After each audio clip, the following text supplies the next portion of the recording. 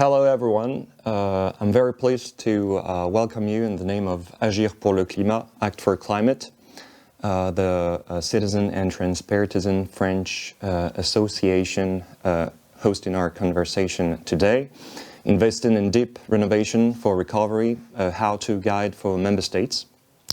Thanks for being here with us today, and greetings to all of our panelists, Adrian, Stéphane, Yamina, Peter, Bettina, and Kristina, who will present and discuss key elements for having our European building stock renovated and meeting our climate targets. The audience can ask questions by writing them down in the YouTube chat or in Facebook and Twitter comments. We will pick a few questions in our final Q&A session. Before starting, I would like to thank a few people here. Françoise Refaber, Tatiana Bostils, Olivier Sidler, Nicolas Dufresne, Benoît Lebeau, François Moisan, Andreas Rüdinger, Oliver Rapf, Philippe Ramos, Davor Simac, Nicolas Desquinabo, Christophe Milin, et Étienne Charby. They are all part of this ongoing conversation on building renovation. Exchanging with them has been very precious to prepare this web conference. Let me first turn to Maxime Pasquier for some opening remarks. Maxime is head of the building unit at Ademe. The French Energy Agency is our partner and sponsors the debate here today. I'm giving you the floor, Maxime. Thank you, Luca. Good morning.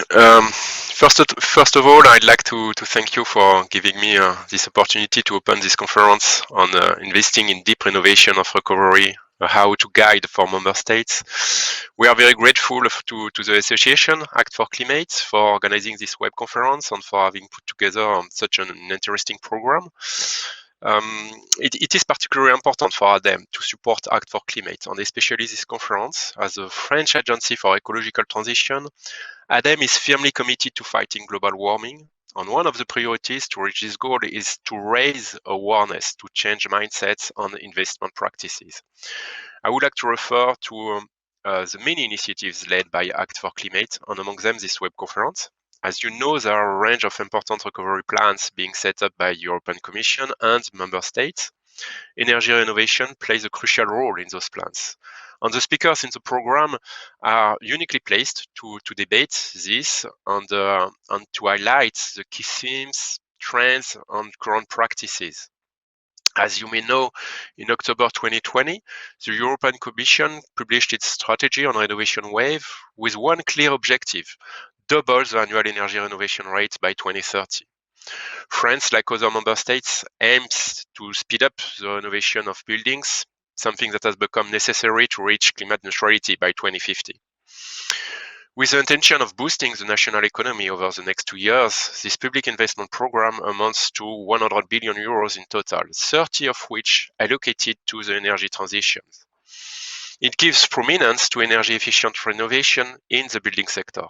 With over 7 billion euros in public funds to be invested by 2022, energy-efficient renovation of buildings is at the very heart of France's economic stimulus plan.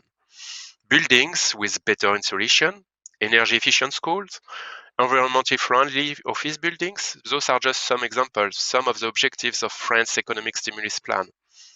This is an ambitious plan on a significant budget invested to tackle a real need. However, I would like to pose a question to you. In terms of energy-efficient renovation, does the amount of public funding in place answer to all the challenges? Unfortunately, today's practices still answer the question largely with a no. Complex procedures, high cost of the works, consumers' mistrust are some of the barriers to tackle reaching massive energy efficient renovation. Public funding doesn't make it all. For instance, the need to put in place one-stop shops offering single points of contact to get in touch households interested in carrying out renovation works with an advisor This advisor will provide tailored advice and guide them through this process, from researching available funding and support to providing contacts of construction companies having an environmental certification. This kind of advising mechanism has to remain available beyond the recovery plan. So we need to think beyond a 2-year recovery plan. Massive energy efficient renovations deployment requires political commitments and visibility over 5 or 10 years. It is about securing funding beyond the recovery plan. It is about preparing post-recovery with a climate strategy for public finances. The French climate and resilience law being currently discussed is an opportunity not to be missed. Support for households, businesses and communities is necessary to remove the technical and financial obstacles to many renovation projects. Taking the financial, but also the regulatory possibilities is necessary. And we also need a better visibility on the possible pathways to reach carbon neutrality. With this in mind, Ademe carries out regular foresight exercises to design carbon transition pathways to 2050. Our current work will be published at the end of this year. It will present 4 different pathways to carbon neutrality. It will also assess the impact of such pathways on resource consumption, such as construction material, land, and so on. Our work will explore the comparative impacts of different transition levers from sufficiency to efficiency. Sufficiency meaning reducing the average living space or building less, for example. We will also explore different renovation pathways, such as business as usual scenario, where we will observe the impact of a slow take-up of deep renovation. We will also look at deep renovation scenarios with varying rhythm, from renovating all the building at once or doing it step by step. Now, before coming to a close of these remarks, I'd like to say that as a driving force of the ecological transition, Ademe is committed to playing its part in achieving the objective of accelerating deep renovation on a continental level, alongside its European counterpart, of course. Lucas will now introduce our next panel in order to debate macroeconomic benefits of deep renovation. I hope you will enjoy this web conference, and I'd like to thank you for your participation. Thank you very much, Maxime. I'm gonna make a hopefully brief introduction and then introduce our panelists. Accounting for 40% of member states' total energy consumption and 36% of their greenhouse gas emissions, the building sector is the largest single energy consumer and emitter in the European Union. The building sector is central in the fight against climate change. To fulfill the Paris Climate Agreement, limiting global warming to well below 2 degrees and pursuing efforts to limit it to 1.5 degrees, the European Council in December 2019 set the target of achieving carbon neutrality by 2050. To be neutral by 2050, Member States last December raised the EU's greenhouse gas emission reduction target to at least 55% by 2030. To reduce Europe's greenhouse gas emissions by at least 55% by 2030, the EU Commission estimated in the Renovation Wave strategy that it released last October that we needed to reduce buildings' greenhouse gas emissions by 60% compared to 2015. And to achieve this strategy, says the Commission, we should reduce the energy consumption of the EU's building stock by 14% by 2030 compared to 2015. Considering that only 1% of the building stock undergoes some kind of energy renovation each year in Europe, averaging a ridiculous 9% energy savings, our efforts should be multiplied by 15 or 16 if we were to achieve a 14% energy reduction target by 2030. The Commission says that we should at least double the annual energy renovation rate by 2030 and foster deep renovations, that is, renovations resulting in energy savings of at least 60%. The currently account for less than 1/5 of the energy renovations. Such a change in volume and performance may well not even be enough. The Building Performance Institute Europe estimates that the EU should reduce buildings' final energy consumption by 24.8%, not 14%, to meet our 60% carbon reduction target in buildings by 2030, meaning that we need to get 27 to 28 times as many results as we currently do. The BPIE says the average rate of deep renovation should approach 3% of European building stock as quickly as possible. Today, there are about 260 million building units across the EU, their floor area counting for about the size of Belgium. 90% of them will still be standing in 2050, and only 3% of them are rated A. We therefore need to engage a systematic renovation campaign, getting the full energy potential out of the European building stock. The task ahead of us is Herculean. Virtually no EU country is even close to where they should be. At our pace, it will take France more than 4 centuries to meet its 2050 target in private residential housing, about 3 centuries for Germany. Yet the magnitude of the task should not be discouraging. The deep renovation of buildings has so many advantages that it would be a very smart policy to implement, even if our fate on that planet was not at stake. Economic activity, job creation, fiscal returns, health, improvement of the quality of life, social benefits, all benefits that are even more valuable in times of recovery.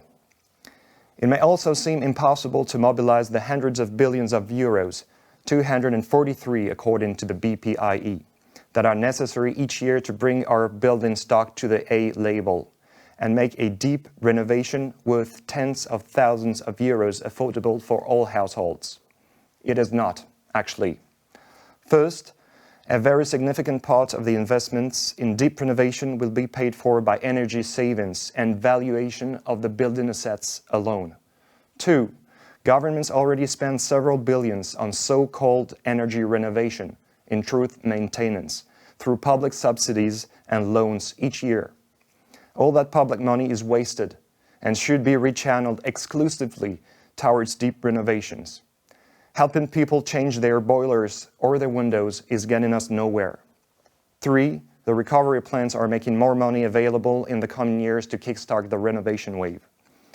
Governments may deplore that they can't do more because there is no skilled workforce on the ground to do the job. This is true today. But they can use part of the recovery funds precisely to help enterprises upskill or reskill their workers in the 2 or 3 years to come, and to help create the ecosystem of technical assistance that is absolutely essential. Furthermore, the European population will likely decrease in the next decades, reducing the need for new buildings construction. It is therefore in the interest of the building sector to turn to the energy renovation market. Above all, by making clear their resolve to pursue a long-term and systematic deep renovation policy, governments will shape the market and generate supply. Governments may also be afraid that the European citizens would oppose having their homes renovated in fear of a social outburst like the one we had in France with the Yellow Jackets. But the French Citizens' Convention on Climate, by making deep renovation of buildings mandatory one of their main recommendations, as well as surveys, clearly show that people understand the need for a dramatic new course of action and would embrace it if they were given the financial and technical means for it. Now is the time. Our 2 panels of experts will explain why and how to proceed. The first one will show all the benefits that we as a society will gain from renovating our building stock if we follow a few guiding principles.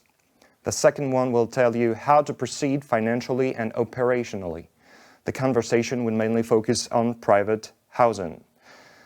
I'm now turning to Adrian Joyce. Adrian is a professor at the Faculty of Architecture, not Archaeology, at the Catholic University of Leuven and director of Renovate Europe, a political campaign with the ambition to reduce the energy demand of the EU building stock by 80% by 2050.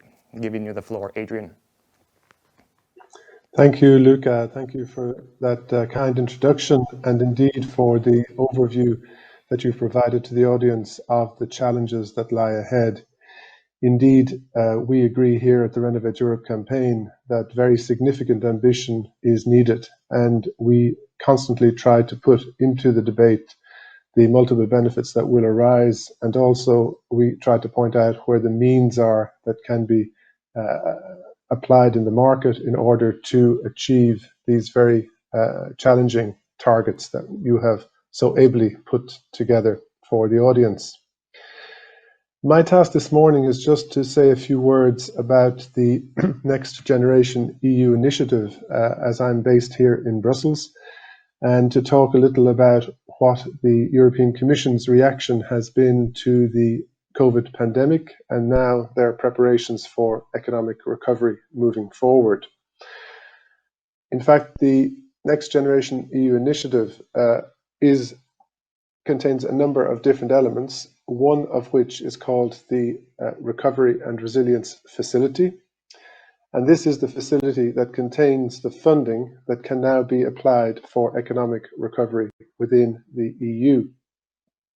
For the audience, the funding is earmarked to reach 672.5 billion euro, and they will come in two tranches, one of pure grants, so subsidies, money that can be given to those in most need, and that's 312.5 billion, and then 360 billion in loans raised from the market. In fact, I think all the money will be raised from the market. The key here is that member states have to prepare what are known as national recovery and resilience plans in order to apply for that funding. And the plans, once submitted by the end of this month of April, have to be approved by both the European Commission and by the member states themselves in the European Council. Then the money can begin to be dispersed. There are two more rules that are important with the money that make it actually not as attractive to some member states as to others. And that is that the money must be allocated through these national recovery and resilience plans to real projects before 2023, and all the money must be spent before 2026. And frankly, that makes it for the building sector in many of our member states. But one heartening aspect of the funding is that 37% of it must be dedicated to climate, which renovation of buildings, and 20% must be on digitalization. So more than half the funding must go really on preparing for the future, on preparing the transition in the energy sector and the transition sector. As I said a moment ago, the energy renovation of our building stock counts as a climate-related investment. And when money in the market, the member states are going to have to match those investments with reform within their countries.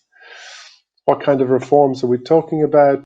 Potentially to building regulations, reforms to how evaluation and monitoring take place.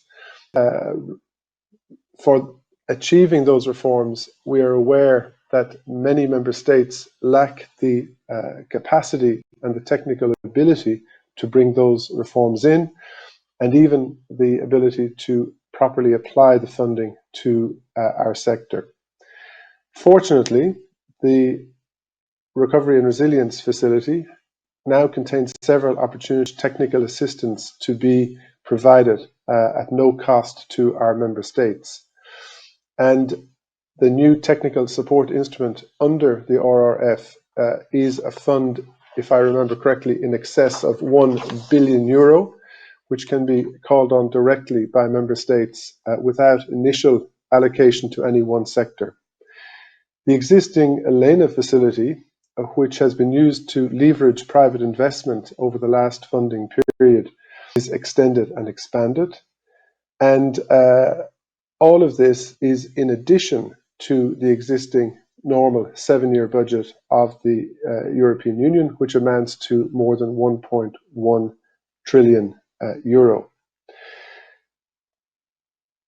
So, as Lucas said, why renovate to recover? What are the benefits? Well, in the Renovate Europe campaign last summer, we commissioned the Building Performance Institute of Europe to do a study to review all the information available on multiple benefits in order to check that what we've been saying over the years still applies. And indeed, they found that it does. And here I'm just focusing on two key elements from that report. The first is that for every €1 million invested in energy renovation of buildings, an average of 18 jobs are created in the EU. Now that varies per country from a high of 29 in Croatia to a low of around 11 in Italy. But the average across the Union is 18 jobs per million invested. But where are those jobs going to come from? I like to point out that the COVID pandemic has created a great deal of unemployment that will not recover quickly in the tourism and hospitality sectors. And we have been calling for member states to put into their plans upskilling of those workers to transfer them, if they're willing to come, into the building sector. And we will need a boost in the workforce to achieve the level of renovation that Luca outlined at the start of this panel session. We've also found through the BPIE work that holistic energy efficient renovation of hospitals reduces patient stay by about 11%, meaning that aggregated savings across a year could be as much as 45 billion euro in health budgets. In a separate study that we are aware of, Ecologic have found that by applying a methodology to the available funding, and this is just the public funding element, that France should be spending more than 6.4 billion of its funding under the Recovery and Resilience Facility on energy renovation programs. If I captured it correctly, that is the case because I think Luca said 7 billion from the European funds have been earmarked for renovation programs. My last slide was just to give you a feeling for some early examples from draft national plans across the EU. So Croatia plans to use the recovery funds for energy renovation that will incorporate earthquake resistance. And there we like that because you're getting the multiple benefit of stabilizing your building stock and future-proofing it at the same time as increasing its energy performance. Romania is set to exceed its fair share of the EU recovery funds by investing in comprehensive renovation actions in its building stock.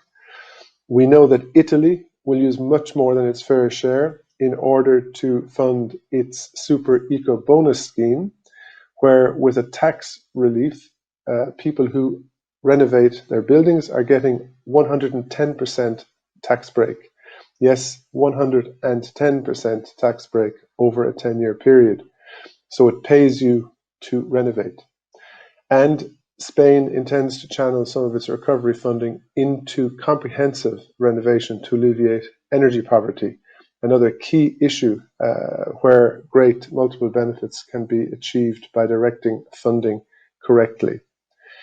So I will stop here. I thank you for your attention. I hope I've painted a picture of some of the European funding that's available and a picture of some of the macroeconomic benefits that can arise.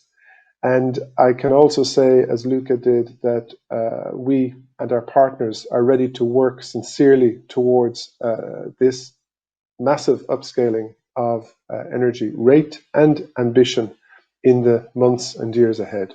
Thank you. Thank you very much, Adrian, for your intervention.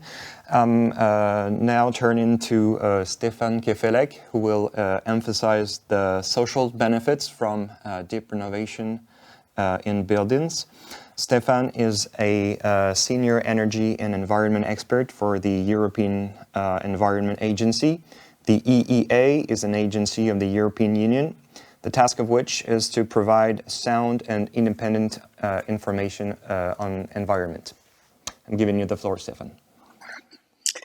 Thank you, Luca. giving me the floor. And also thank you for the invitation. We are actually, this invitation comes at a stage where the European Environment Agency is reinvestigating quite actively the topic of energy efficiency. And the intention is, of course, to place quite a big emphasis on the specific topic of energy efficiency in buildings.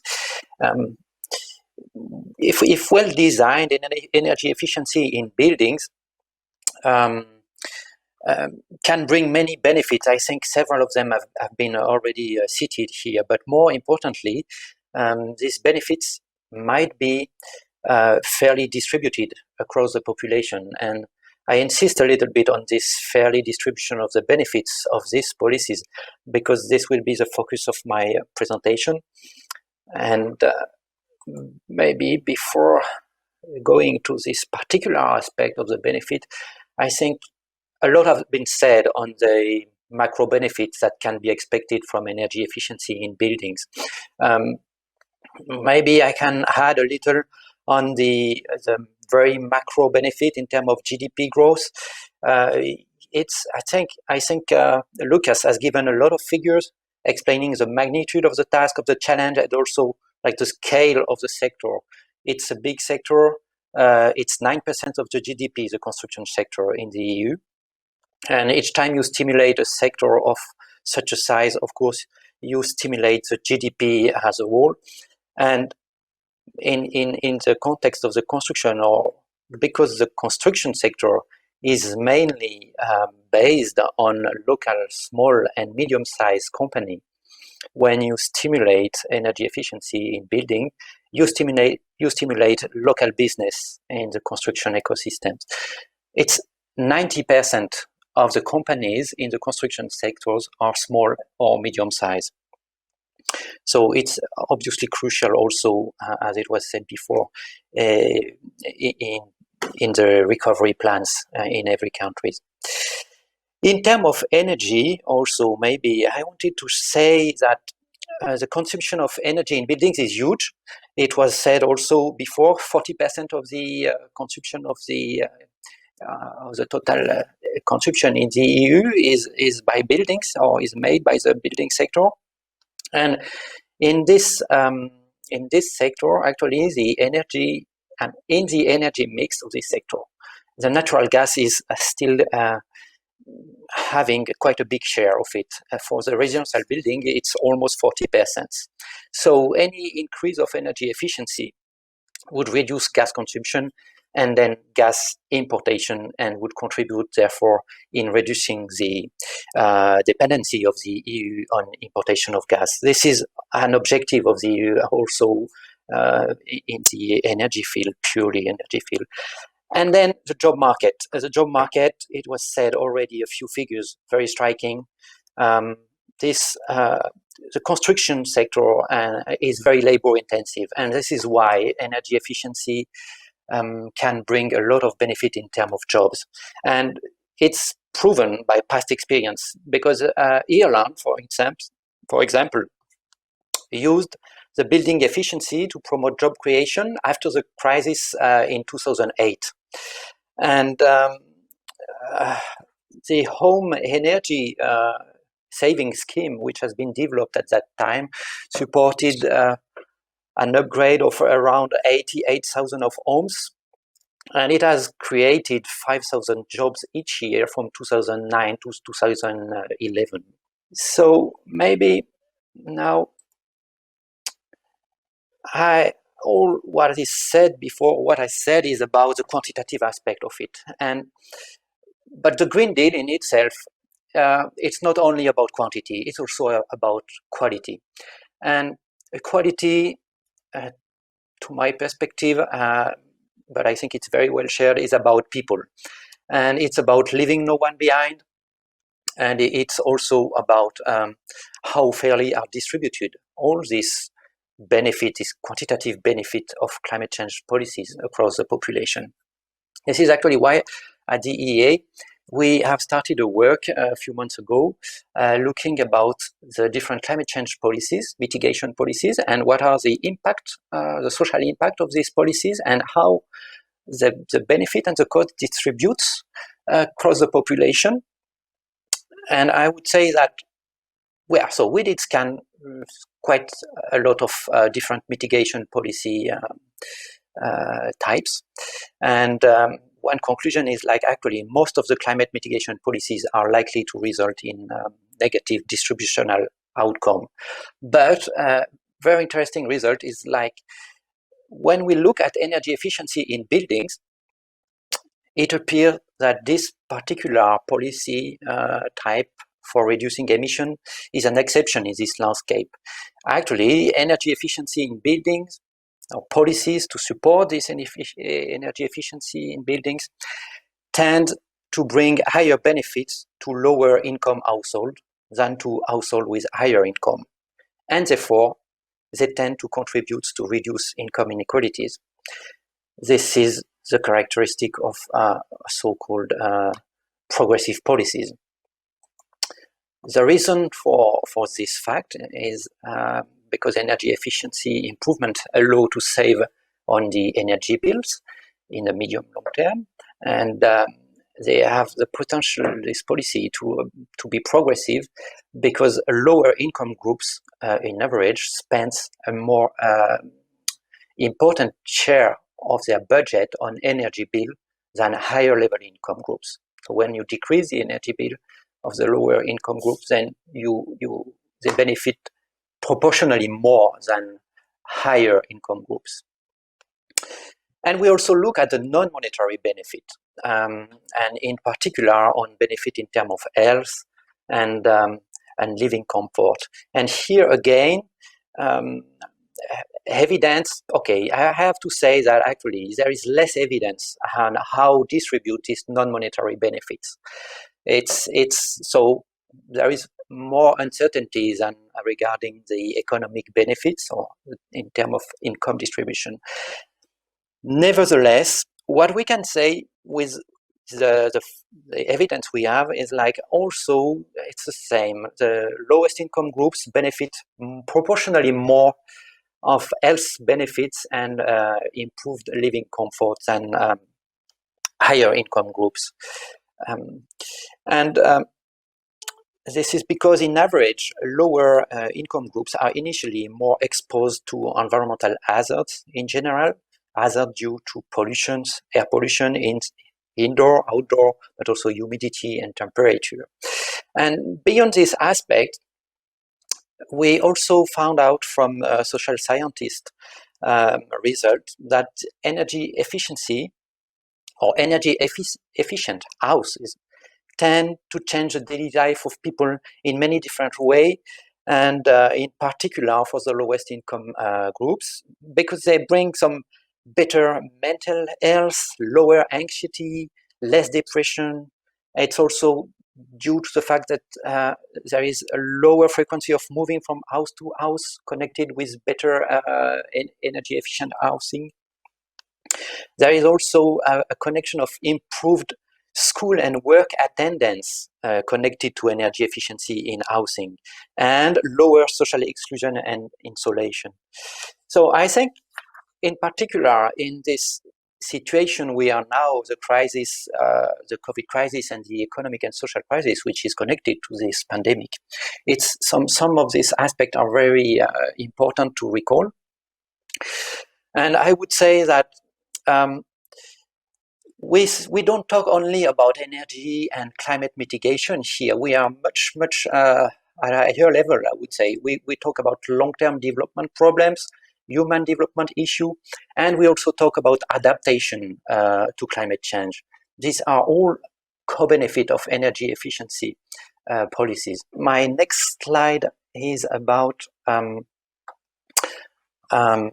what we discussed internally in a workshop we had at the EEA 3 weeks ago. We discussed the result I have shown before, and some of the questions were okay, but how this potential distributive effect could really realize, and what kind of barrier we should be careful and highlight. And two key barriers were actually popped up during the discussion. The first one is the intensity of support for energy efficiency, which should be adjusted by income level. Otherwise, there is still a risk that lower household income level still be disadvantaged compared to higher income level groups of people. And the accessibility, and I think that was something also an aspect which was mentioned already by Maxime in the introduction. Accessibility is crucial, in particular for lower income level groups of people, like complex web system or financial transfer. It implies always a risk of non-take and of low transparency for the population. Of course, the context is very different depending on countries, eastern countries, or let's say rural areas, and for instance, much lower rate of access to internet, especially for lowest income groups. And I would say maybe another comment, and very important, I think, in the context of this conference, is that the policy support offered should target the decrease of energy dependency of low-income groups. And this support to decrease energy dependency of people, actually, it needs to target the deep renovation, because this is the only way to ensure that on the long term, you reduce significantly the energy bill of people and of household, and then you decrease significantly the exposure of people to energy cost. Meaning, because deep renovation, it's by nature reducing very significantly the energy consumption and therefore very significantly the energy bill. All the small stuff which can be done like separately one by one does not bring enough decrease in energy bill to be able to solve issue related to energy poverty and dependency on energy of household. Maybe some aspect where we have to be aware of, and which should be probably more developed and analyzed in the future. The context schema, which may exclude lower income groups, is still an issue, and in particular because tenant and landlord are not in the same situation, and very often, of course, the tenant belongs to lower group of income, whereas the landlord might benefit more of the enhanced value of property when they are better insulated. The rebound effect is also an issue because the lowest level income level groups tend to, let's say, be more subject to the rebound effect, even if we are all subject to it. And there are also some excessive. I mean, we see also now in some countries some health aspect connected to excessive insulation. But I want to now go to the next slide. If I can go to the next slide. Yes, the takeaway maybe. Yes, just to recall a few of what I said. So we have an increasing number of evidences suggesting that the wider economic benefits of energy efficiency investment are huge. If well-designed policies to support people in investing energy efficiency have the potential to be progressive and then to participate or to contribute to the reduction of inequalities, in general, income inequalities, but also environmental inequalities. And this is very important. I think somebody mentioned already the Yellow Jacket movement in France. This is directly related to this kind of social issue, and this is directly related to the social acceptability of climate change mitigation policies. What is very missing, and which should be maybe done systematically, it's to really show how the benefit of energy efficiency are, and the wider benefit is to assess systematically in the policies the non-monetary benefits of energy efficiency. This is something which is very missing. And I would say, for as a final word, addressing energy poverty is essential. Energy efficiency is a tool for that. Deep renovation is a vehicle for that. And keep in mind that it's around 34 million of European people who are not able to keep their home adequately warm in 2018. Thank you for listening. Thank you, Stéphane, for your intervention. Emphasizing the need for deep renovations. All the benefits we're talking about will not exist if we don't go towards deep renovations. I think that Dr. Yamina Saheb, I'm going to give the floor to, is going to emphasize those guiding principles for having the European building renovated. Dr. Yamina Saheb is senior researcher at Lausanne University and Wire Fellow at Munster University. Prior to this, Yamina was leading the building research program at the European Commission's Joint Research Center and at the International Energy Agency. Yamina is currently a lead author of the building chapter of the upcoming IPCC report. Yamina, I'm giving you the floor. Thank you. Thank you for the introduction and thank you for the opportunity of joining this timely event. So I look at two energy policies from the Paris Climate Agreement perspective, and I worked for several years on building policies and more specifically on EU building policies. So we have two things to keep in mind. We have our international commitment, which are two commitments. Here I highlight only the Paris Agreement, but there is another commitment, which is the Sustainable Development, our commitment under Sustainable Development Goals framework. So from Paris Climate Agreement, what happened was that in 2015, you all know that our countries were so delighted to have the agreement signed, but I'm not sure that policymakers realized what they signed on. Because the Paris Agreement means that we should introduce the 1.5 degree target, or emphasize more the 1.5 degree target was introduced a bit earlier. What the 1.5 degree target means was translated into carbon budget 3 years later by the IPCC 1.5 degree report. And this report gives us the carbon budget that is left. And based on this carbon budget that is left, we can calculate, and this is what I did here, we can calculate how much time we have ahead of us to avoid the ecological and climate collapse that we all know is going to happen if we don't act swiftly and in very ambitious way. And we know that, so based on these calculations, we know that 2028, we have approximately 7 years, starting if we consider from this year, 2028, this is where the global carbon budget will be depleted. This is one of our international commitments, and we keep in Europe and in France as well talking about the Paris Agreement. However, when we look at to our policies, so for example today, the renovation wave, it's not yet policy, it's for the time being just a communication, so it's not binding. The renovation wave was introduced by the European Commission in 2020. This is a welcome initiative.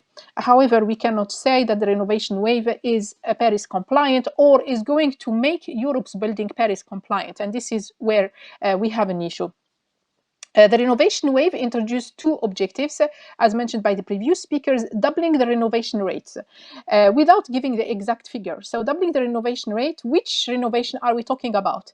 If we are talking about what is called deep renovation, which is, I will come back to this concept, it's completely wrong from technical and scientific perspective to talk about deep renovation. We need something that we can measure, and the only thing that we can measure is zero renovation. If we have a standard for zero renovation, like we have it in the EPBD for new buildings, then we can measure and we can see the real impact of our policies. With the current deep renovation concept, we cannot measure anything and we cannot know what's going on actually. But the deep renovation, according to the report from the Court of Auditors, is around 0.2%. Actually, this is the figure that was considered in binding communication from the European Commission. And this communication considers 220 million building units. So this means that the current renovation rate is around 440,000. Doubling this renovation rate means 880,000 building units renovated every year. At the same time, the same communication on the renovation wave aims by doubling the renovation rate, so which is only 880,000 building units renovated every year. I don't know by which magic, because mathematically it doesn't work, we will reach by 2030 35 million building units renovated. I assume that these 35 million building units would be deeply renovated, because it would be a shame if today, as Europeans, we still consider maintenance of buildings as energy renovation. So this would mean, if we have 35 million buildings renovated by 2030, this would mean that we have every year to renovate 3.5 million in this period, in this decade, in the 10 years, 3.5 million building units per year, and not 880,000 building units per year. So doubling the renovation rate just will not allow us to reach the target that is set in the renovation wave communication. So what we see here is that the first thing that we need to do is to have figures that are consistent in our communication and in our various policy instruments. This is not the case. And then what we see also is that 35 million building units per year renovated by 2030 is not enough for the Paris Agreement, because actually, given that we have approximately 7 years ahead of us, this means that we should renovate 33 million building units per year. So it's not 35 million by 2030, it's 33 million right now per year. The question is, can we do that? And the question is more about how to do that than about can we do that, because we always can do if we decide to do. And the COVID-19 is the evidence, gives us the evidence that policymakers can do when they decide to do. And in the case of the renovation, it's not happening because there is no decision to make it happen. And what we learned from we could consider that we have almost 30 years of experience in renovating, if we consider the starting point, the first KfW program. So from all these experiences in EU countries, we learned that what we are doing is wrong, but we do not acknowledge that it's wrong. And this is, I think, the first step is to acknowledge that we have learned a lot in the last 30 years from our mistakes, and now we stop doing these mistakes. And I think the French Citizen Climate Convention gave us a lesson, gave a lesson to researchers, to policymakers, to decision makers, to industry. They had the courage to say that we need to make energy renovation mandatory. And they are right. All the figures, however you take them, however you manipulate them, do not lead to a building stock, an EU building stock renovated by 2050. It's impossible with what we are doing today. It's impossible if we do not make energy renovation mandatory. Where it's not enough, of course, to say we make it mandatory. So we need to make energy renovation mandatory, and making it mandatory is not enough. We need to be clear that it's not deep renovation. We are not going to negotiate if it's 58% energy savings or 60% or 85%, because we cannot monitor that. We need something that is that we could monitor, and the only thing that we could monitor is zero. And you don't need a PhD to understand that you have zero in your meter. And we know this from Energy Sprong project, different applications of the Energy Sprong methodology. And this is something it's something like that. It's an industrialization process that we need to go towards. And the COVID-19 make buildings, and especially residential buildings, make it clear that make it clear how important are residential buildings for EU citizens. It's not just about energy poor people, it's about all citizens. We are all locked down, we homeschool, we telework, we do everything from our houses now. And that's why it's very important to renovate the EU building stock. And it's not just from environmental perspective, we need to look at it as a societal and industrial project. And this is what is missing. So far, we have been looking to energy renovation of buildings only from environmental perspective, and within the environmental perspective we have been looking to it only from the energy efficiency perspective, which is very, very narrow scope. This scope is leading us to a disaster, and I was pleased to hear Maxime from Ademe saying that they are considering sufficiency measures in Ademe pathways. Without sufficiency measures, we cannot reduce the energy demand of buildings. Energy efficiency does not do that. Energy efficiency reduces the consumption, but if you have more square meters than what you need, so you will be consuming anyway more than what you need to consume. So how to move from the current vision to an industrialized vision? I think we should to look at to our successful industries, or that were successful. I know in these days we cannot, aviation is not considered as a good example. However, aviation industry is one of the industries that has been the most efficient in optimizing the overall system. And I like the example of Airbus A380. When it was designed, the project was the first 6 months they did not really move in the project, but as it's an industrial project, they cannot fail for years and just keep presenting about the project. So they changed it completely, the structure of the project, and they put in place financial operations. So basically, they put in place a renovation, an Airbus company, instead of having just project. This would be equivalent in the case of buildings to an energy innovation facilitator or an agency, which should be, I think, at regional level, because the renovation is in most EU countries taking care at regional level, and this would allow to access regional funds. And then we need to bundle all the existing finance. And I did calculations for France and Germany in the past, and I realized that 3 years ago, in France and Germany, we don't need more public money. We did not need more public money because currently in France they reduced the public support. We did not need more public money. However, we needed to use this public money differently. So it's question of good governance. It goes beyond energy efficiency. And to do that, we need to have, like in Airbus, they had financial operations, and we could call this a risk-sharing facility or a fund or whatever. But we need to put all the money, to be able to put all the money available, the public money available for energy innovation in one box. And then we need engineering and architecture firms that are different from the facilitator and different from the risk sharing, the financial part. And we need companies, we need industry to wake up. The EU industry is in sleeping mode. It is lagging behind. It's not an industrialized industry anymore. A few years ago, I was asked in 2016, I think, by industry, what do I mean as a researcher by industrialization, energy innovation? I got shocked because I thought I would learn from industry about industrialization. They were asking me what I would mean by industrialization. At that time, Energy Sprong was not as advanced as today, so people couldn't see what I was talking about. But today we have enough experience to do what we should be doing, instead of the continuation in doing what we have always done.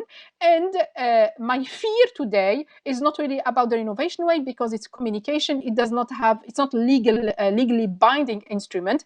It's good to have such communication from the Commission, but it's not legally binding instrument. The legally binding instrument for buildings is the Energy Performance of Building Directive. And my fear, I was looking to the consultation results, and what you see is that there is a coalition asking for introducing minimum energy performance standards for buildings and building passport. What does that mean? It means that it's an overtime renovation, making overtime renovation binding. This would mean that we will never renovate Europe. And instead of that, and my fear is that the coalition is lobbying so good about it that it might well be in the EPPD if we don't have more voices like the French Citizen Initiative waking up and calling the EU and or other policymakers and national policymakers to stop locking Europe's buildings in carbon and locking EU citizens in energy poverty. Over to you. We're going to take questions at the end of this discussion, but maybe we can have reactions from our panelists to the very interesting views that you have just given, Yamina. I don't know if Adrian or Peter, Kristina, Bettina, Stéphane would like to ask a question, a direct question, and discuss a few points with Yamina on that presentation, or if we want us to deal with it in the Q&A session at the end of it with the questions from the audience. Is anyone willing to ask a question? Adrian Joyce here. Yeah, Adrian. Yeah, thank you, Yamina, for outlining that visionary proposal for how we can face this massive challenge. And I have known Yamina, of course, for many years, and I admire her work. Her intellectual honesty is above reproach. And indeed, listening just shows what the extent of the challenge is that we're facing in Europe. And I do agree with her that it would be wonderful if we can make this a socio-industrial challenge and take a fresh look at how we can reorganize the construction sector in order to be better prepared for the renovation challenge that lies ahead. Of course, the Renovate Europe campaign itself has been calling for an 80% reduction in energy demand of the building stock by 2050 compared to 2005 already for 10 years. So we're very well aware how difficult it is to move the dial.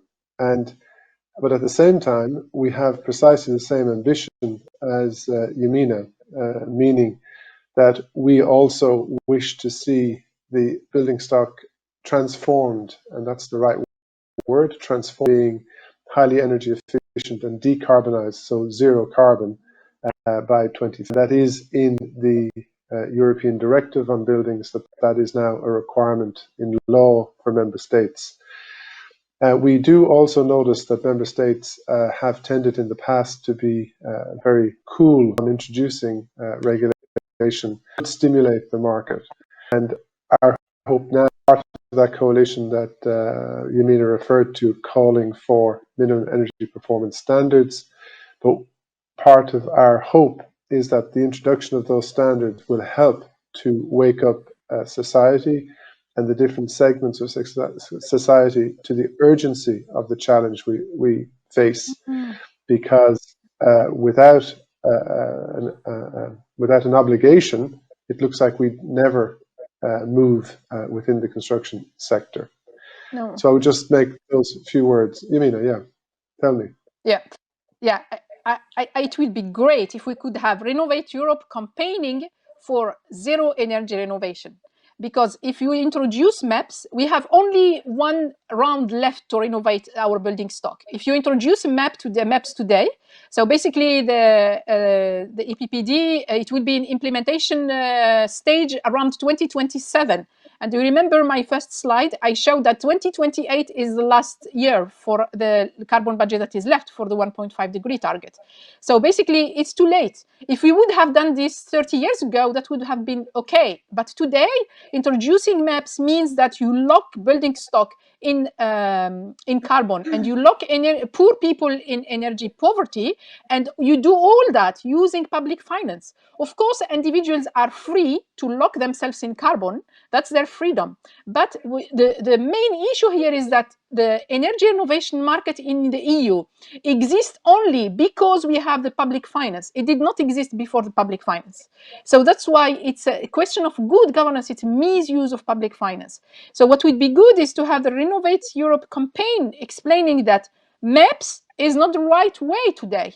So there is no time left for overtime renovation. And maps, I am sorry, maps, building passport, staged renovation, deep renovation, and you see, you mentioned 80%. The communication from the Commission refers to 60%, so we will never reach an agreement. We don't know what's going on. Staged deep renovation, all these expressions have exactly the same role. They all delay climate action, and they all have societal impact because we are aging population, and we see it with COVID, and we will see after COVID, we will have more data very soon to show the societal impact of COVID through buildings on the EU population. That's why mandatory zero energy renovation, because then we are sure to have it in the EPPD. You are those who could make the EPPD a success. Well, thank you very much. We're gonna keep on the conversation with our second panel now, focusing on financing issues and operationality. So I'm going to give floor to Peter Sweden. Peter is Chief Executive of Climate Strategy and Partners. Peter advises governments and companies in the energy transition to net zero. He is rapporteur to the Energy Efficiency Financial Institutions Group. The FIG was established in 2013 by the European Commission and the United Nations Environment Programme Finance Initiative, UNEP-FI, and has over 300 members working in structured groups addressing the key financial regulatory areas. I'm giving you the floor, Peter. So thank you very much, Luca, and thank you to the team at Agir pour le climat, Ademe, the French government, for inviting me to join your timely discussion and for the promotion of the buildings renovation crisis. I've noticed if we don't refer to things as a crisis these days, then people don't take the relevant action. So we heard that the EU's renovation wave strategy calls for the energy efficient renovation of 35 million buildings in the next decade, with an estimated total investment need of nearly €1 trillion, 900 billion. And Yamina has very eloquently just called for almost this amount annually in a buildings race to zero. This requires a more than doubling of the headline buildings renovation rate of around 1% per annum. And as Adrian so well described, today, just 1/5 of buildings renovations are designed to deliver substantial energy savings, meaning over 60%. It is indeed necessary to ensure that all buildings renovations deliver substantial energy savings. We're being in a race to zero energy buildings, and to double the overall number, more than double the overall number of these renovations to zero. Now would be the time. Thanks. So the energy performance of most buildings in Europe is poor, and this doesn't have to be the case. 3/4 of European buildings were built before construction codes even considered energy performance. These older buildings are a legacy that will remain standing well beyond the point at which our economy needs to be emissions negative. Thank you, Adrian, Stéphane, and Yamina, for so clearly setting the scene for this existential crisis in our buildings. In 1947, US General Marshall might have outlined his response, the Renovate Flagship Challenge, call it, in the context of our generation's European Recovery Plan in 3 simple steps. Firstly, identification. Secondly, financing. Thirdly, execution. Working with policy support from EU institutions and recovery funding, member states will need to match the right people in the right buildings to the right projects with the right mix of grants and finance to ensure that renovation is done right. So my 3 steps. The first step is identification. We need to identify renovation wave target buildings that require a combination of 2 criteria. The first is a building's physical state, and the second is the occupant's eligibility for funding or financial support through grants, loans, and/or tax breaks. The general information on the physical state and occupancy of buildings is good. The age, state, occupancy, ownership, fuel use, inter alia of Europe's buildings are described in member states' national long-term renovation strategies in aggregate. But how many of us know, how many of the buildings owners or renovation decision makers or small construction firms know this? And if they do they know how to contract for a renovation, how much it will cost, and whether they can get public support for it, and if so, how to do that? Energy performance certificates that have been around since 2002 are a partial answer to this lack of physical data, and they make buildings' performance more visible at sale or rental times particularly. Nevertheless, only 11 member states upload their energy performance certificates to a public database, and far fewer of these are made available to owners and to the renovation industry. Best practices in this, however, can be found in the Netherlands, who have produced visualization tools and who provide financial institutions with apps, or financial institutions who have provided apps to their customers. And there are countries that provide certified renovation professionals confidential access to buildings' energy data so that they can help buildings owner understand when we talk about a race to zero energy buildings, what we're saying. Vulnerable communities, the energy poor, and communities in transition need to be identified by competent local authorities through a nationwide exercise of priority identification through transparent grant eligibility criteria.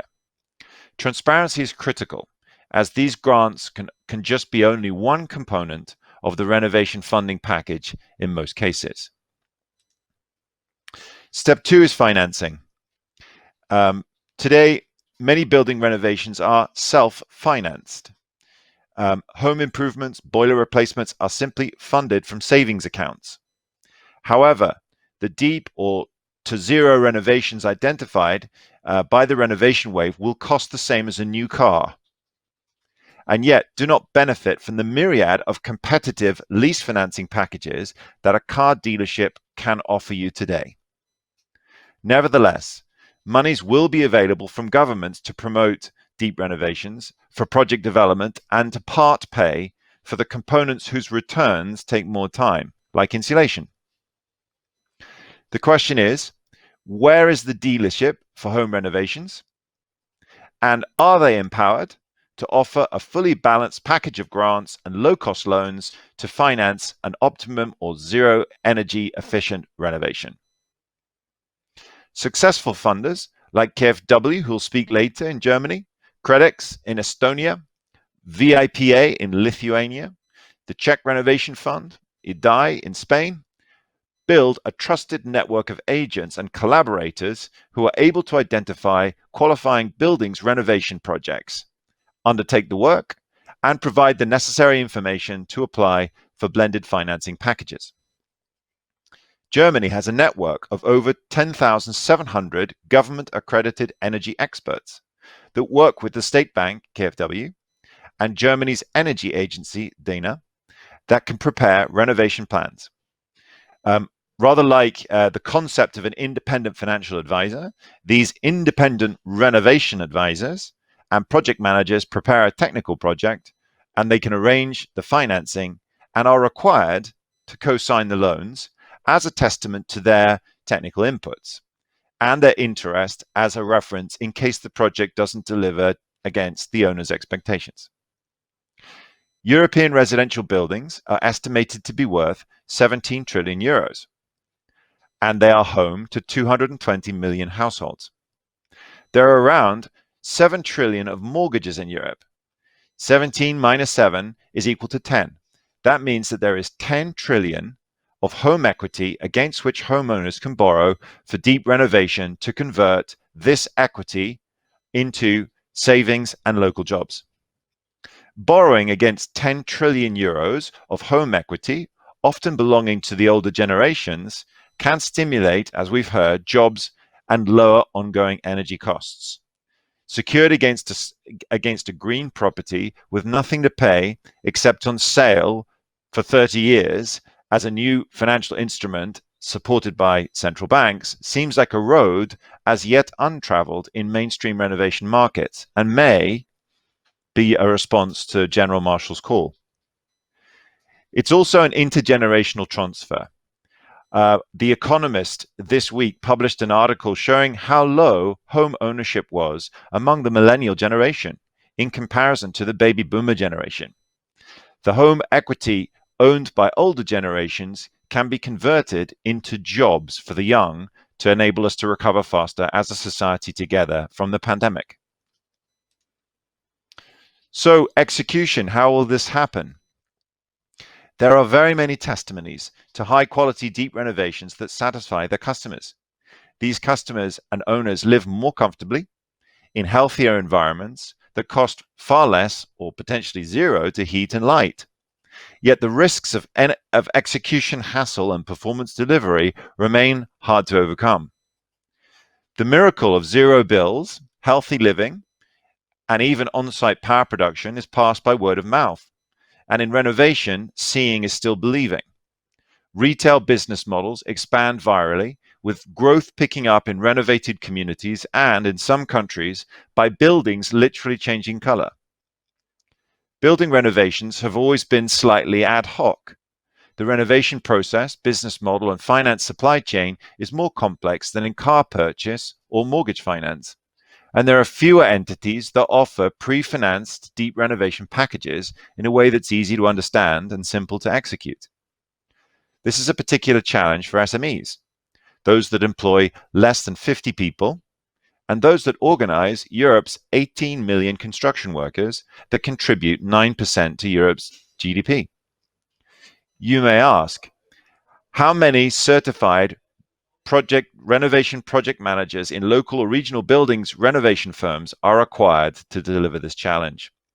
Well, if a qualified renovation project manager could deliver 10 deeply or near zero renovated buildings per year, then the renovation wave, as currently described, of 35 million European buildings in a decade will require 350,000 accredited project managers. Just pause to think about that number. Germany today has 10,700. So it appears that maybe this is a capacity bottleneck across countries.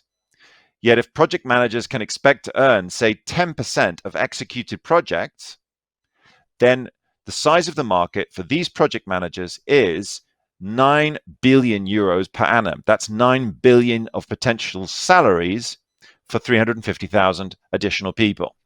I would argue that's enough to get training for. Finally, to sell 15 million cars at 30,000 euros each, on average, car companies spend together over 5 billion euros a year on advertising. My team was unable to find clear estimates of market spending for home renovations. But if we need a wave of 3.5 million home renovations sold at 25,000 euros each, on average, each year, significant resources will be required to inform European citizens of the benefits of getting involved. In 1947, at Harvard University, when describing the rehabilitation of Europe, George Marshall said, "The problem is one of such enormous complexity that the very massive facts presented to the public by press and radio make it exceedingly difficult for the man in the street to reach a clear appraisement of the situation." How prescient he was. As it would seem, he was describing how many Europeans view buildings renovation today. The Marshall Plan didn't seek to provide explicit solutions for Europe's post-war recovery, but it offered jointly developed policy recommendations, co-funding solutions, and aid in a coherent package to stimulate Europe's economy. This is what our buildings renovation wave needs to be. Is it? I'm keen to hear from you on this topic, and I want to know if your home renovation is easily planned, funded, and delivered. Thank you. I think we all know the answer, unfortunately.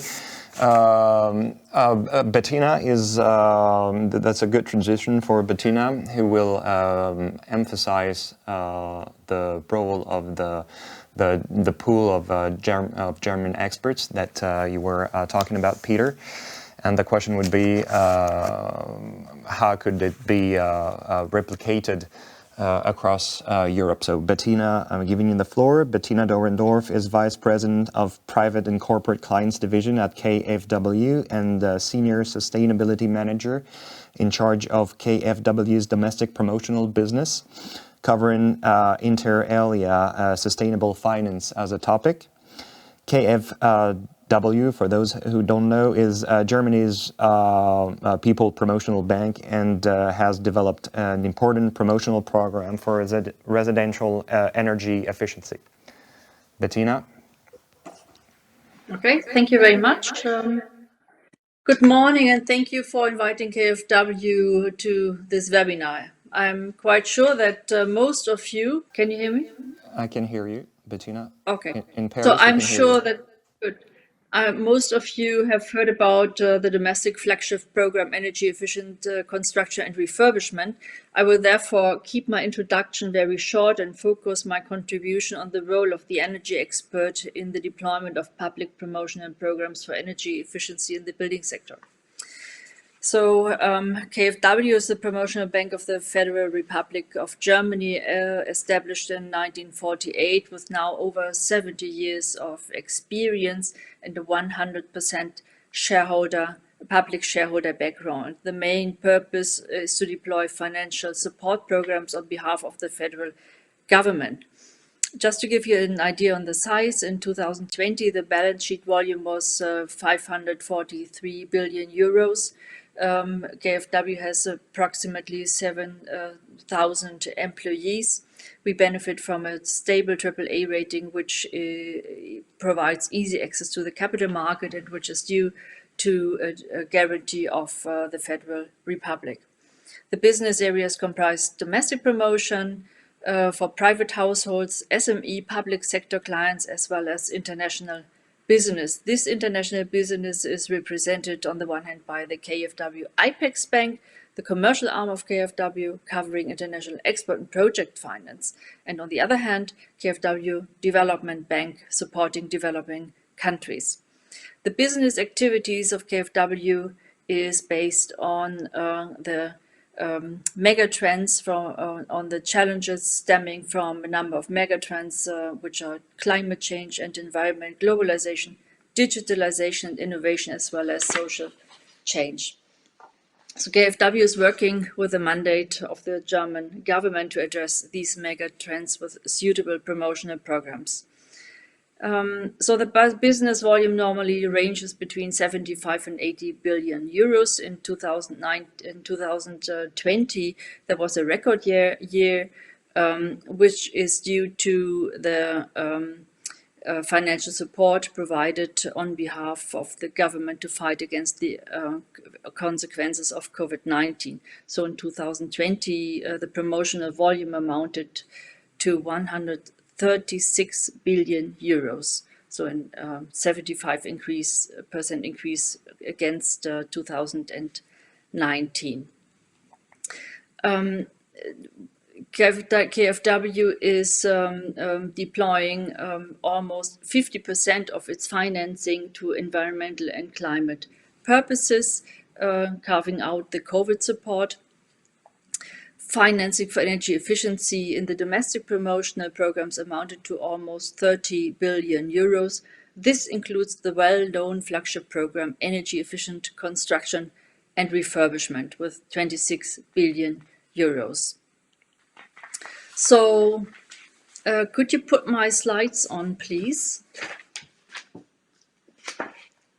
Thank you very much. KfW has developed a best practice promotional scheme to finance energy efficiency in the building sector. This is a veritable success story. We have decades of experience in offering customer-oriented promotional products for the building sector in all aspects for residential, commercial and public buildings. Since the inception in 2006, the program has provided support to over 6 million housing units as per end of 2020. And today, more than every second newly built housing unit benefits from the promotional support of KfW. It is internationally regarded as best practice. According to the yearly evaluation of the program, the CO2 emission reduction triggered by the investments financed with the support of the promotional program amounts to more than 12 million tons per year. KfW has developed a market standard, which is called the KfW Efficiency House, indicating a certain level of comprehensive renovation.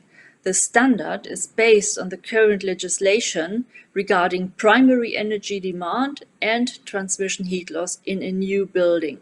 This is based on the current law on energy in buildings. So as a basic principle, promotion is granted if the degree of efficiency reached with the investment goes significantly beyond the legally required level. So the higher the degree of efficiency, the higher the level of promotion. So in essence, the promotional conditions represent a kind of carrot and stick approach. In my contribution today, I will explain the program. I will not explain the program as such, but focus on the role of the energy expert, which has to be involved in the process of deploying public funds, which has to be involved on a mandatory basis. So just a few words. As I said, KfW has established the efficiency house standard, and the deployment of the promotional funds, given that KfW does not maintain its own network of branches, of bank branches, works through an on-lending mechanism, making sure that there is access through a broad network of commercial banks, savings banks, and some insurance companies. So the mandatory involvement of an energy expert plays a focal role in the application and approval process for obtaining subsidy for energy efficient construction and refurbishment. So Peter already thankfully mentioned this. Since 2012, actually, private customers are obliged to involve an energy expert in the application and approval process. From July 21 onwards, this is mandatory for all customer groups and building types. For this purpose, in 2012, a dedicated pool of independent experts has been created. This pool of experts is managed by the German Energy Agency. At its peak, it had 13,000 experts registered. This is a fluctuating number. There is a dedicated website for those interested in it, energieeffizienzexperten.de.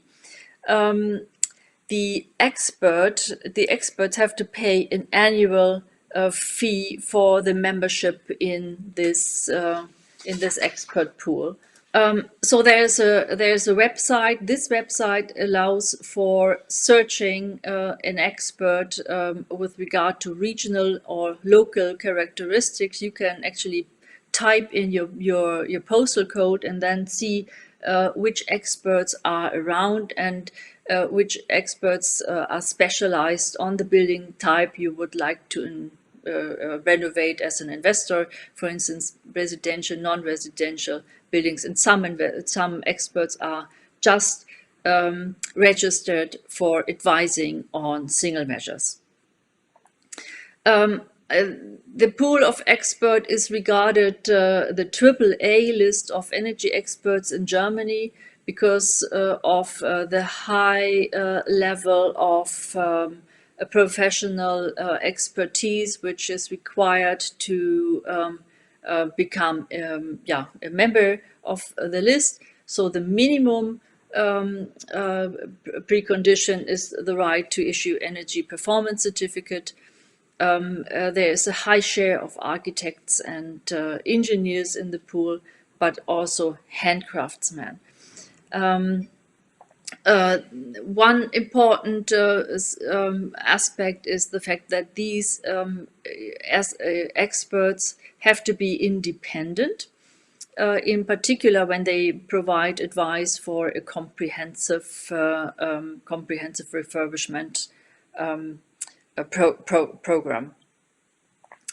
So the experts have to register, pay a registration fee, pay a yearly membership fee, and they have to relist every 3 years. And this makes sure that over the course of their registration, they maintain a high level of expertise and a high level of professional information with regard to legal and technical aspects on building renovation. In the meantime, the experts have to follow a predefined catalogue of professional trainings. The attendance has to be proven, and this makes sure the knowledge is kept up to date. KfW supports these activities inter alia through its KfW Academy, offering specialized trainings on technical aspects on energy efficiency in the building sector. So, as already said, the reputation of the expert list is very good due to the high professional expectations. How is the expert involved in the investment and finance process? So it has a focal role in the deployment of public funds. The energy expert is providing an important technical assistance to the investor. Before filing an application for public funds, the KfW customer must contact an energy expert. And this energy expert will help planning the efficiency measures, advising the client on the degree of renovation required to obtain a certain level of promotional grants. And the expert is the one who must sign up on the application for promotional funds, confirming that the measures planned are in line with the technical requirements for obtaining a certain promotional support. So, and after implementation of the measures, the expert must check whether the efficiency measures are in line with the planning and as a consequence qualify for the scope of promotional grant support the customer has applied for.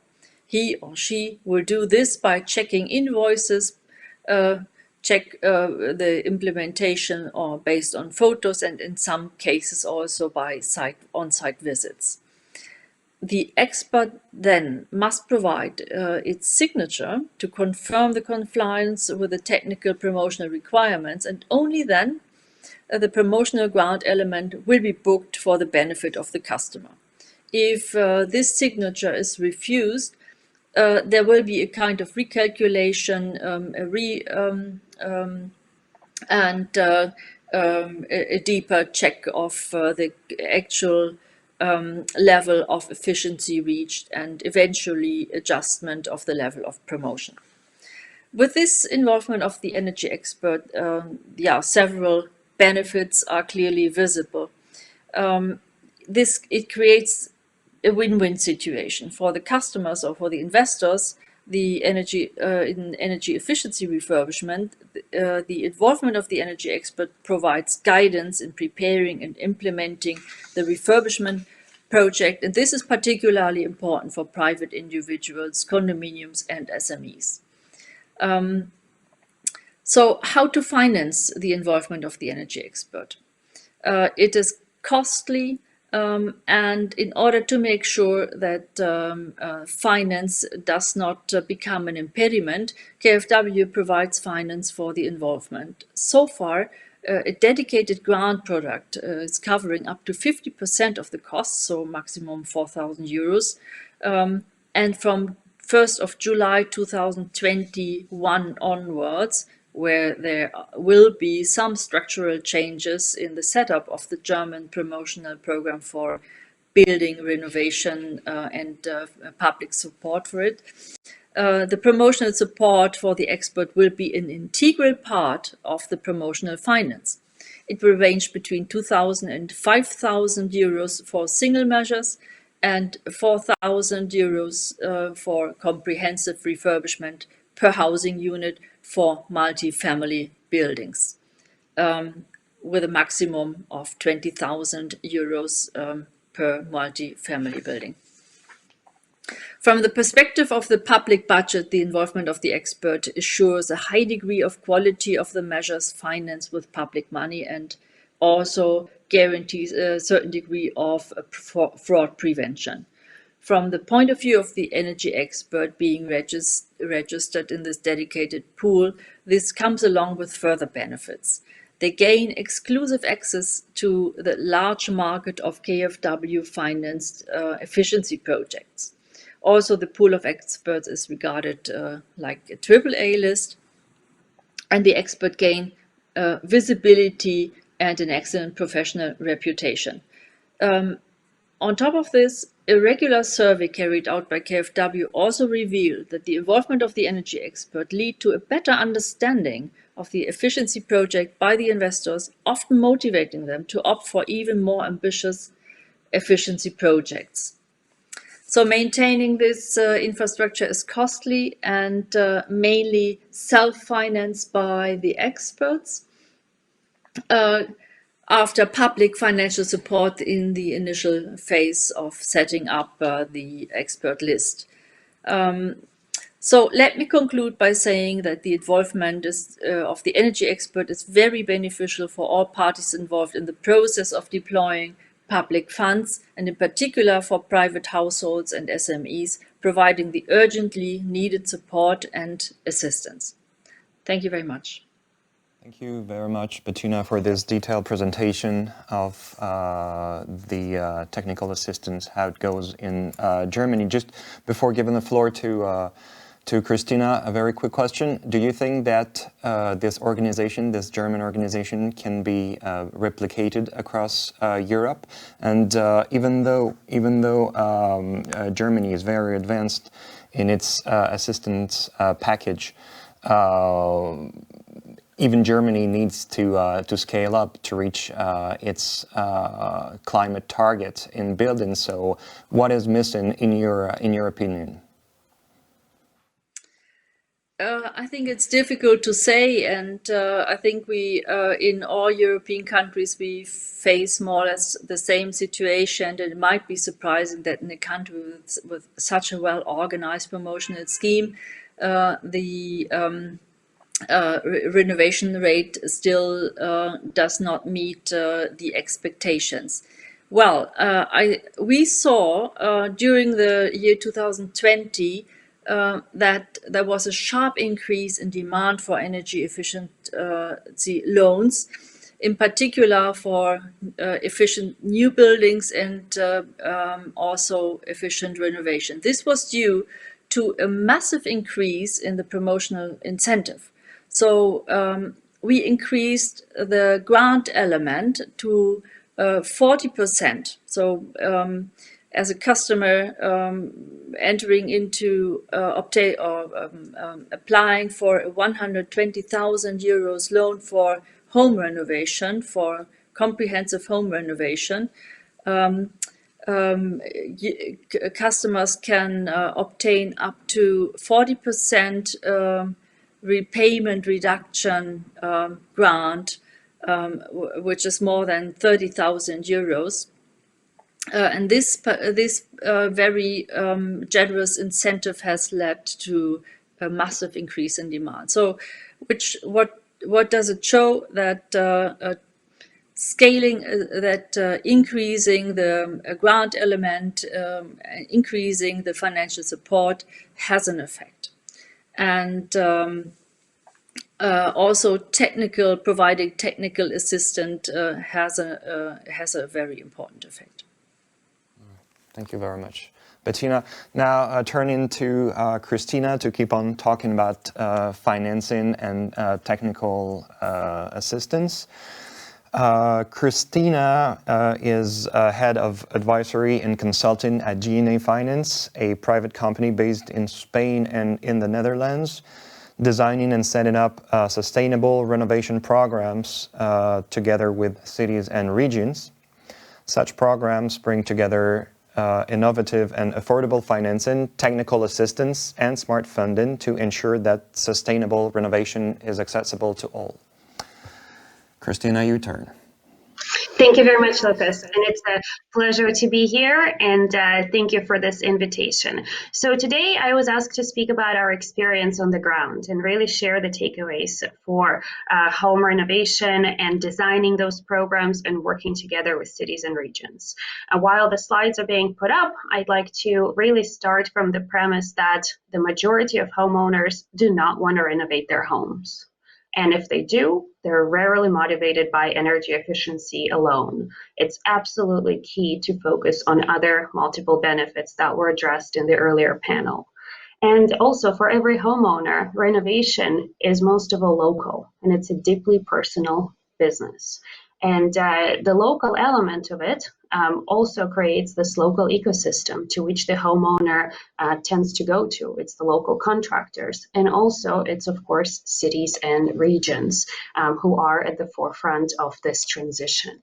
And in this case,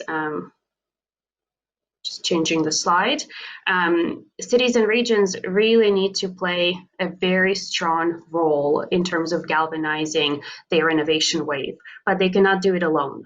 And it's a challenging task. And so cities and regions also need support from the national government that can push the market to act.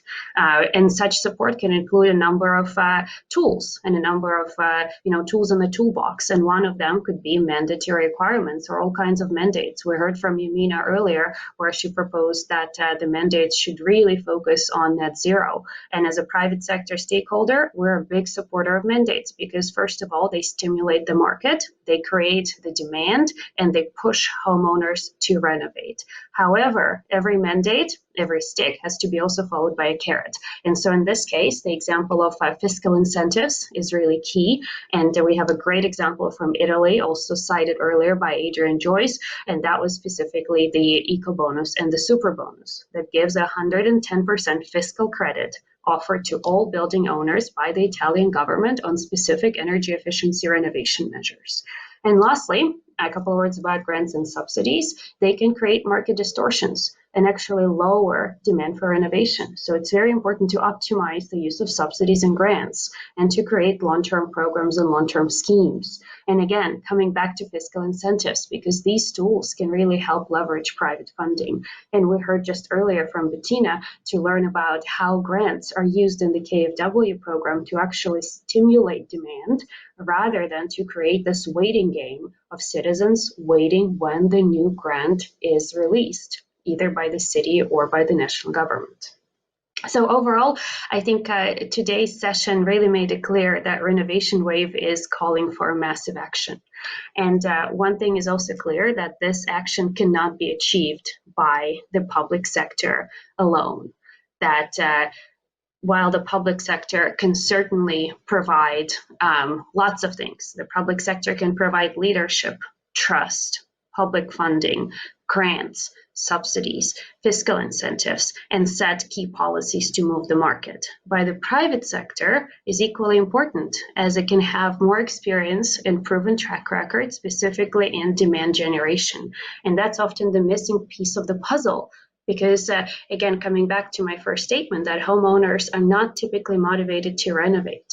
And also the customer experience is absolutely important. In renovation, it's still a relatively young market. I mean, if we look at other industries, customer experience and actual sales and marketing has been a lot more developed. And that's also going back to Peter's point about car companies using excessive amounts of money to actually market their product. And so we see very little of that done in renovation.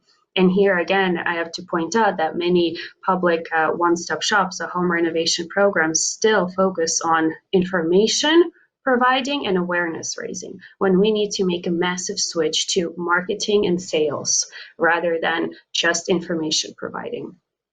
And in this realm, I also want to mention that the market needs to attract private players to really develop effective and economically sustainable programs that can actually scale the market. And such programs can be put together with both expertise of the public and private sector. And I'll be a bit controversial here and also say that sometimes it's actually not fully clear if the public administration is a partner or a competitor. because we're receiving mixed signals from the public administrations.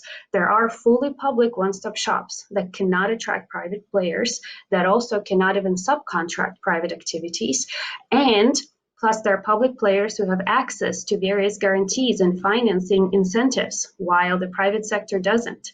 So the point I want to make here is that the public sector clearly cannot do it alone, and we all agree about this. However, the rules of the games are not fully incentivizing the private sector to come into the fold. So we need to keep that in mind, that if there is really needs to be a cooperation, then we must have a more level playing field. And of course, coming back to the financing element of it, it is very clear that we have also a tremendous investment gap. It's been pointed out by speakers before me, and we must attract private capital through the smart use of public funds. And this private capital can help, public funding can help support or alleviate the technical assistance costs, because project development is still a very complex business, and it takes time and it takes resources. Public money can also help and should be used to create credit enhancement instruments to bring private capital, institutional investors to massively enter into this market and to increase the funding for innovation. So far, it didn't quite happen. And additionally, I also want to mention that innovative financing options should be considered alongside a menu of other options. There is not one financing that works for all citizens, and there is not one financing tool that will solve the whole problem. And earlier, Peter also spoke about bank loans and about how much we need to include banks and actually stimulate them to enter into this market even more. And I want to highlight the home-based financing, or financing that is specifically attached to a property and not an individual. And currently, there is one example that we've been testing in Spain, and there is a national law amendment that's currently pending in Spain. And this mechanism, home-based financing, is inspired by PACE financing, pioneered in the US, Australia, and Canada. And just going to the next and last slide here. All of these takeaways that I've been sharing today are, first of all, coming from our work on the ground, mostly in Spain, and our experience setting up public-private partnerships together with several cities and regional governments. And above all, we focus on their innovation formula that brings together technical assistance, customer support, supports around the whole renovation process, affordable financing, and lastly, public funding, or the smart funding, to create trust in renovation. So essentially what we're bringing here to the table is really tools and the financing to scale the renovation. Thank you. Thank you very much, Kristina. Before picking a few questions from the audience, maybe panelists would like to discuss some points with other panelists. Please raise your hand if you want to do so. Okay. All right. So Peter, we'll start with you, Peter. Thank you, Luca. Thank you, Kristina. I actually wrote my question in the chat. You had a slide, Kristina, where you said renovation is local. And as you talked about that, I thought to myself, is it? I think it's personal. So I think trusted technical experts need to talk to homeowners about zero energy target renovations backed by an app, because we do things on our phones, and we do things with respect to our homes. We have people in them fixing them, and we have to leave them. We have to trust those people more so than we trust, I don't know, people who sell us an object and we take it home. Maybe as we now visit the doctor, during COVID, I visit the doctor by video phone. I hold up my phone, the doctor's there, I book an appointment, I talk to. Maybe we need to do the same for the health of our homes. I think home renovation is like waiting for a vaccination. Sooner or later, your home gets the call, right? So over the next 10 to 20 years, we should be expecting to get a call, to say your home's up, you got to go in, get it renovated. Literally, the way we think about vaccination, all of us know that we're waiting for that moment when we get a call from our local health service that's going to tell us, book your slot, go in, get your vaccination. we should think the same. Everybody should think the same about homes. We all do conferences like this, but we all live in homes. How many of us can put their hands up and say, we know where the app is, we know how to get a renovation, we know how to do a video call with two experts that are going to tell us how much it's going to cost, where the funds are? None of us know that. That's what we need. Thank you, Peter. Kristina, you wanted to add something, or? Sure. No, I couldn't agree more. Renovation is always personal, and we have to approach it from a customer perspective. What does the customer want? And way too much we've been approaching it from a building perspective. And the question of what does the building need is incredibly important. But at the same time, when we're selling renovation to people every day, one to one, it must be personal. And I love the idea of the app. And I also visited a doctor online, and it's possible and it's doable, and we can do it with renovation as well. And there's so many wonderful digital tools that can even allow us to use a phone and actually go and do a walkthrough audit and share it with the professionals and share even the sizes of the buildings. There is technology, there are tools, we have the knowledge, let's do it. Thank you, Kristina. Bettina, you were raising your hand. Yes, one remark and one question. So one remark, I think, Peter, it's personal, but at the same time regional or even local home renovation. And one question to Yamina. Yamina, I like the way how you a bit provocative said that all public funds are actually spent not in the optimal manner, to put it politely.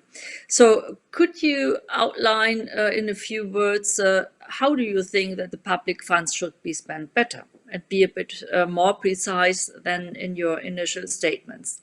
Yes. So basically, I consider that public money is not spent in the right way, because public money is spent for step-by-step renovation and not and for what we the concept of deep renovation that is not that does not mean too much, that we cannot monitor actually. So we don't know when we calculate, for example, the studies on the cost effectiveness of KfW scheme. Everything is about deemed savings and not real measurement, because we don't have zero energy target.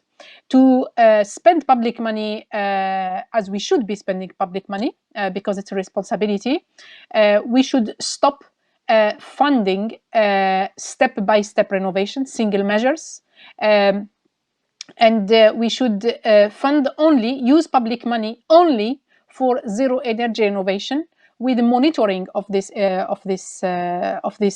renovation work.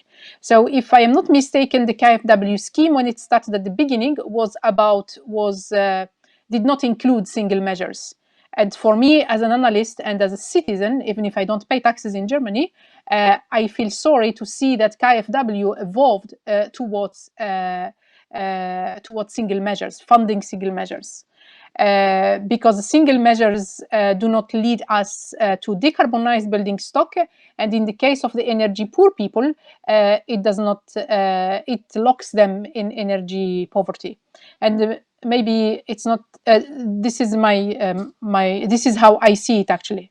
And maybe one last point, because there is now we have at the EU level, we have since I think it's from 2016 or 17, we have. I don't know what is the exact status of this instrument. It's called the European pillar for social pillar, the European social pillars actually. And one of them is about providing, it's number 20, it's about providing, making the access to the services, to energy services right for all citizens. And basically we should look at it from this perspective when we are using public money. Thank you. I hope it answers your question, Bettina. So we're going to start with a few questions from the audience. Maybe a first one for Kristina about the role of banks. What should be the role of banks in the financing of the deep renovation of housing? Why don't they engage in the energy renovation market, and how to get them on board? Thank you very much for the question. banks are, in fact, engaging, still, of course, not at a massive scale that we need in order to scale their innovation. But we've recently done a study and we looked at energy efficiency financing tools coming from the banking sector in both Spain and the Netherlands. And there is some choice there, but still what we're seeing is the energy efficiency loans are not long-term enough, and they're not attractive enough to homeowners. And also, the main reason that we're seeing that there is not enough volume yet is that because banks typically don't originate energy efficiency or renovation projects.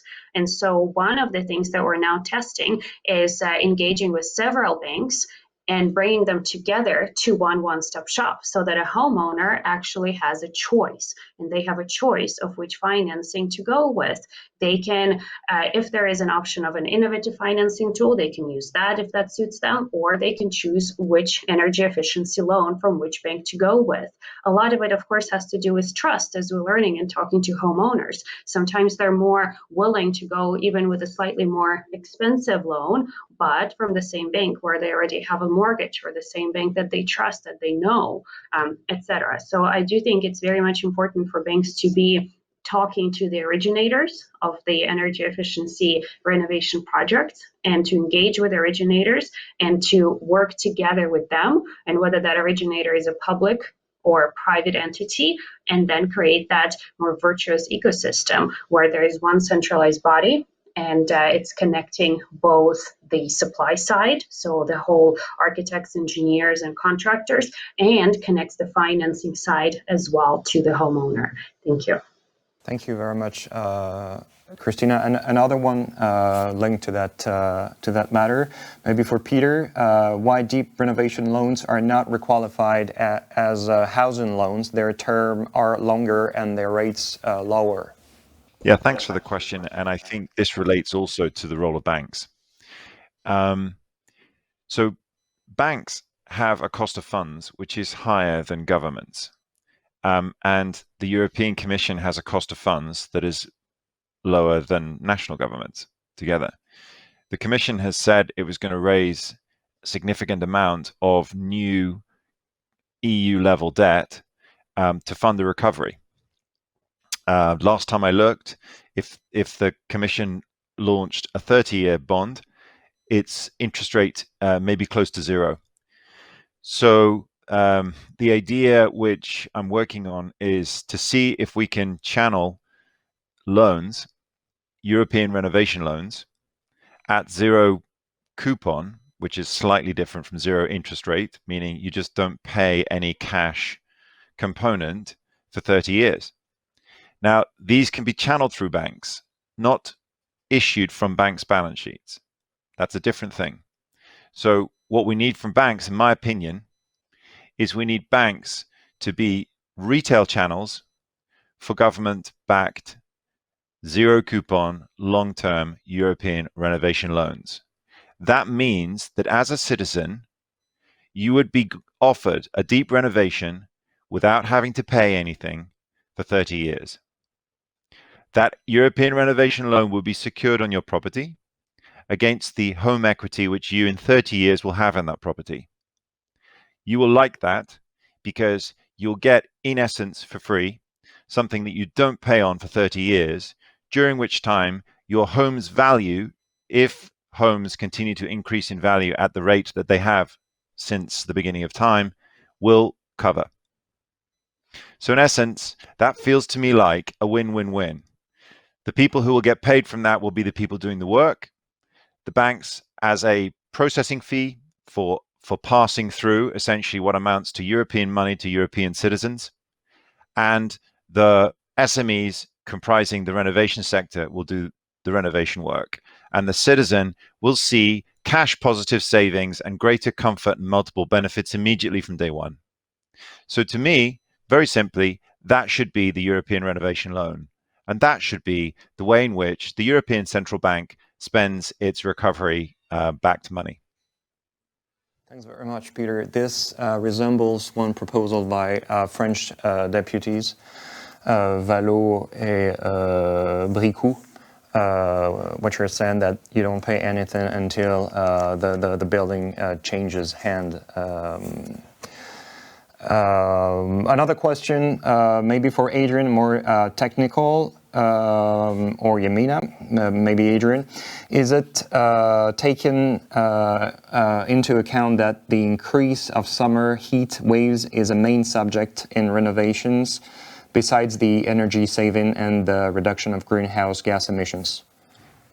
Yeah, thank you for the question.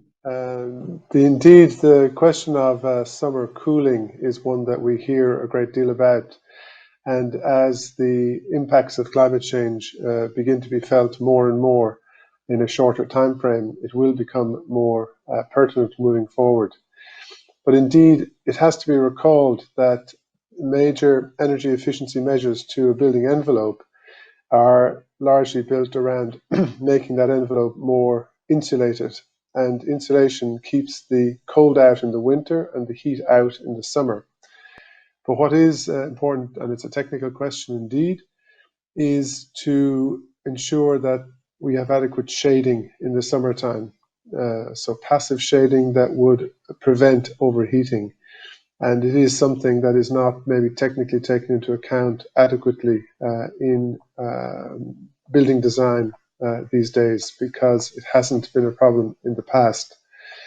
When it comes to the energy use for air conditioning systems, which might have been in the questioner's mind, that portion of energy use in buildings is still very small today, in single percentage, but will grow in the future if we do not do the right kinds of energy renovation moving forward. So yes, summer overheating effects must be accounted for and can be addressed by renovation of buildings. Back to you, Luca. Thanks very much, Adrian. Maybe, Yamina, you wanted to add something on this matter? I don't know. I agree with what Adrian said, except that in the current renovation work that we see, summer is not at all considered as a priority. And so it may lead to an increase of cooling demand that we could avoid if upfront, when we are working on the renovation work, we consider at the same time winter and summer comfort. It's very important because of the global warming, but it's also very important because of the aging population, because the temperature of the body changes and the need for cooling areas is more important when we are older. Over to you. Thank you very much, Yamina. Maybe a question for Stéphane. Do we have data on the level of what you said were significant energy savings by renovation work? Do we have detail on energy saving expected? It's a question about the data. Actually, it's a very good question because the European Environment Agency is very involved at the EU level for the production of information and data and figures. In the EEA, we collect mainly, most of the environmental information which is available and which is aggregated at EU level is coming through the EEA and is actually transmitted by the member state to the EEA. Regarding energy statistics, purely energy statistics, this is not the EEA which is in charge of this data collection. This is the statistical office of the European Commission, which is Eurostat. But of course, we work in close collaboration with them because we need this disaggregation of data. And very recently, good progress has been made in the disaggregation of data, and in particular, the final consumption by household. And more detailed data is available on this aspect, which is very useful for the work we do here. And all this is available on the Eurostat website. And maybe, yes, we also rely quite a lot on another data source, which is Odyssey, and in particular for the let's say the saving in terms of energy, thanks to energy efficiency improvement. I think Ademe knows very well this Odyssey database, because Ademe is actually leading this initiative, which is a European one also, and that provides harmonized data at the European level. And maybe I can say also one word about the previous question related to the cooling aspect. Actually, cooling aspect is also something, it's a concern. What is a very concern at the level of the EEA is also health and adaptation to climate change and this energy efficiency aspect. And hopefully we will have interesting output of a work which is just starting now, where we want to look at this nexus between health, adaptation, and mitigation. And when talking about mitigation, it's about cooling, and it's related to, of course, quite a lot of southern countries in the EU. But overheating is also, and I did mention it very quickly in my presentation, is also an issue we see in the Nordic countries in the summertime, and in particular, and that's also a paradox, in buildings which are very well insulated, but as it was said just before, where this issue of shading has not been taken into consideration initially in the configuration of the building. Back to you, Adrian. Maybe one last question. It would be for Yamina or Maxime, if he's still with us, because it's still in with France. Before people can renovate a building, they need training, which is more complex for a deep renovation. Does France have the necessary training programs in place? Are they training now? But I think that the question is worth as well for all the countries throughout across Europe. So it could be a question to Adrian as well. Yamina, if you wanted to say something on this, or Maxime, or Adrian. Thank you. Yeah, I can say a few words about France and a little bit about the EU. So we have at the French level different training programs. So we have, for example, Doremi, which was initiated bottom-up approach to upgrade the skills, to renovate buildings, to do one-shot renovation with the workers, actually. So it seems that it's working well, but it's not enough. That's the main point. What we have is not enough. We have something, but it's not enough. And then at the EU level, we have the Build Up Skills initiative, which is an initiative launched by the Commission a few years ago. And it's the same story. What we have from Build Up Skills, it's not enough. And it's not really what we need, because, for example, in the Build Up Skills, I checked the program 2 years ago, and there was nothing about industrialization of energy renovation. And when I asked why there was nothing there, he said there was no need. It was not on the table at all. So I think the plan was to extend or to have Build Up Skills 2, BIS or something like that. I did not follow up this. So we have something, but it's not enough, and it's not always what is needed. And yes, we need to train and to upgrade the skills. It's very urgent to have this, and it should be part of the use of the public finance dedicated to energy innovation. Over to you. Adrian, maybe you wanted to add something on this matter? Yeah, I can supplement to say that indeed the Build Up Skills 2 program has got underway, and that in addition there's now what's called the construction blueprint at European level, which is more aware of the needs for training for renovation. But it is across the construction sector as a whole. And there is a new alliance emerging here in Brussels called the Construction 2050 Alliance, which has also raised the need for special training for construction workers, construction professionals, to better understand the dynamics of the renovation process. Indeed, what Yamina said about industrialization of the process isn't directly covered to my knowledge. And I would finally say that our own partner, the EFBWW, the European Federation of Building and Woodworkers, are very aware of this need and have programs with their members who are national federations, trade unions rather, for upskilling workers for the needs of the renovation challenge. Back to you, Luca. Thank you very much, Adrian. It's time for me now to thank all of our panelists and thank the audience for attending the conference. The video will be published on a dedicated page in the days to come. The video will be published on a dedicated website page in the days to come. If you want to have the slides before and for any further information, please send us a message at contact@climat-2020.eu. And to keep pushing for solutions to finance the ecological and solidarity transition in Europe, you may join Agir pour le climat, Act for Climate at pacte-climat.eu. All this information will appear on the last visual. A good day to you all. Thank you very much.